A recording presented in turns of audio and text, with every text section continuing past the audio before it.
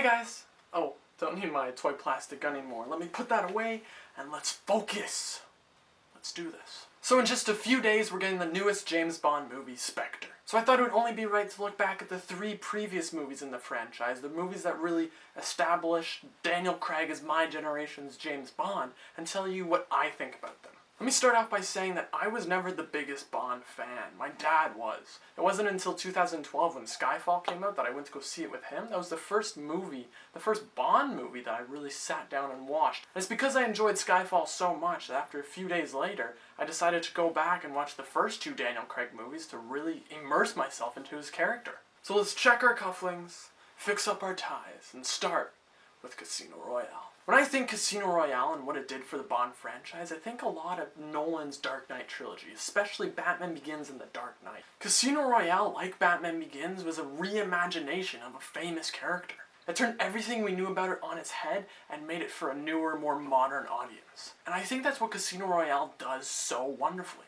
Everything about this movie is so well constructed, from the characters to the action to the intense moments where you're supposed to be on the edge of your seat. Although I haven't gone back and watched all the Connery movies or all the other Bond movies, I can say that Daniel Craig fits my perfect description of Bond. To see Daniel Craig in all these action scenes, from the parkour chase at the beginning, which is so intense and so enthralling that you're just on the edge of your seat, to high-stake poker games and the intense mind-manipulating moments of the movie, to the soft, warm-hearted, emotional scenes with Bond. And a lot of the hard-hitting, emotional scenes in this movie come from Vesper Lynd, Casino Royale's Bond girl. And what I enjoy so much about Vesper is that she's not just your quintessential Bond girl, just there to be eye candy.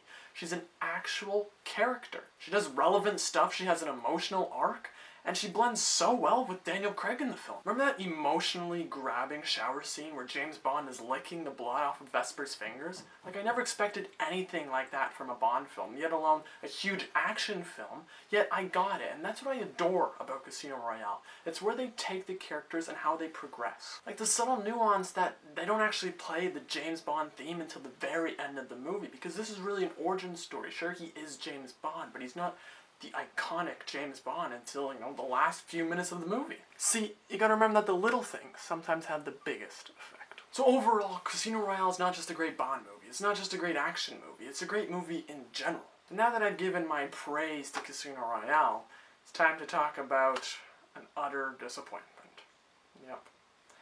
Quantum of Solace. I don't want to talk about this movie. I'm gonna say this right off the bat. I don't think Quantum of Solace is the worst movie ever made. In fact, it's definitely not.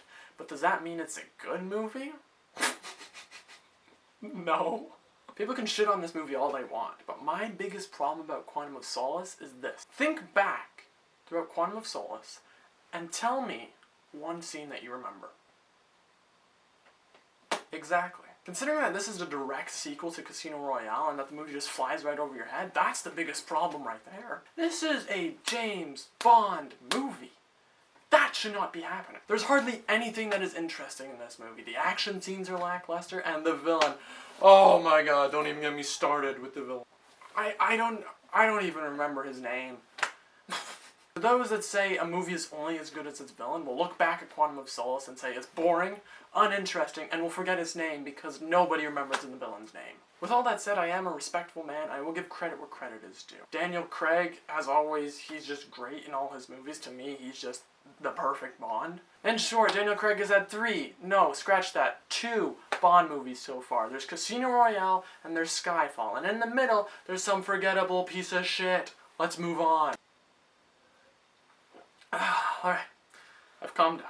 Next up, Skyfall. As I said earlier in this video, Skyfall was really the one that got me into the Bond franchise. And when I said that I actually enjoyed Skyfall, I lied. I love Skyfall. Everything about this movie just screams perfection to me. What I love about Skyfall is that it's not just perfect in front of the camera, the actual visuals, Daniel Craig, the acting, the action. Not just that is great, but everything behind the camera. All the hidden messages, the directing, the cinematography. Absolutely perfect on all levels. I enjoy Skyfall so much because that character progression continues through Skyfall and really takes a twist as he has to kind of become Bond again. As Casino Royale reminded me of Batman Begins and The Dark Knight, Skyfall really reminds me of that Dark Knight element where it's for both genres and it's taking Bond to not just great Bond, but to great movies. And it also takes things from The Dark Knight Rises, that whole becoming who you are again. And I will say if a movie or a series reminds you of Nolan's Dark Knight trilogy, then you're definitely doing something right. I just wouldn't feel right if I didn't talk about Javier Bardem's villainous portrayal. Ugh, it's just so creepy yet so good. A great thing about his character is that although you don't see him until about an hour and a bit into the movie, you can just feel his presence all throughout the movie, even when he's not even in the scene. I mean, just the first introduction to his character, that one long shot down the hallway as he's talking about the metaphor rats between him and Bond, it just, as soon as that scene played, I knew that this guy would be one of the best villains I've ever seen. And yes, in case you haven't noticed, I'm definitely fanboying out about this movie, but that's because every scene in this movie just pays off for me. Every scene builds up, and it takes characters in ways that just makes everything make sense. One of my favorite examples of this, and one of my favorite scenes in cinema history, is the speech M is giving while Bond is running through the streets of London to go catch Silva. And in case you haven't realized, Skyfall is my favorite Bond movie. It's the only Bond I actually own on Blu-ray, and that's for good matter because it's one of my favorite movies of all time. To me, it has a tremendous rewatchability factor, even more so than Casino Royale, and for me, that makes this movie stand out above the rest. So my standings on the Daniel Craig series until, of course, Spectre comes out obviously go Skyfall, Casino Royale, and then Quantum of Solace.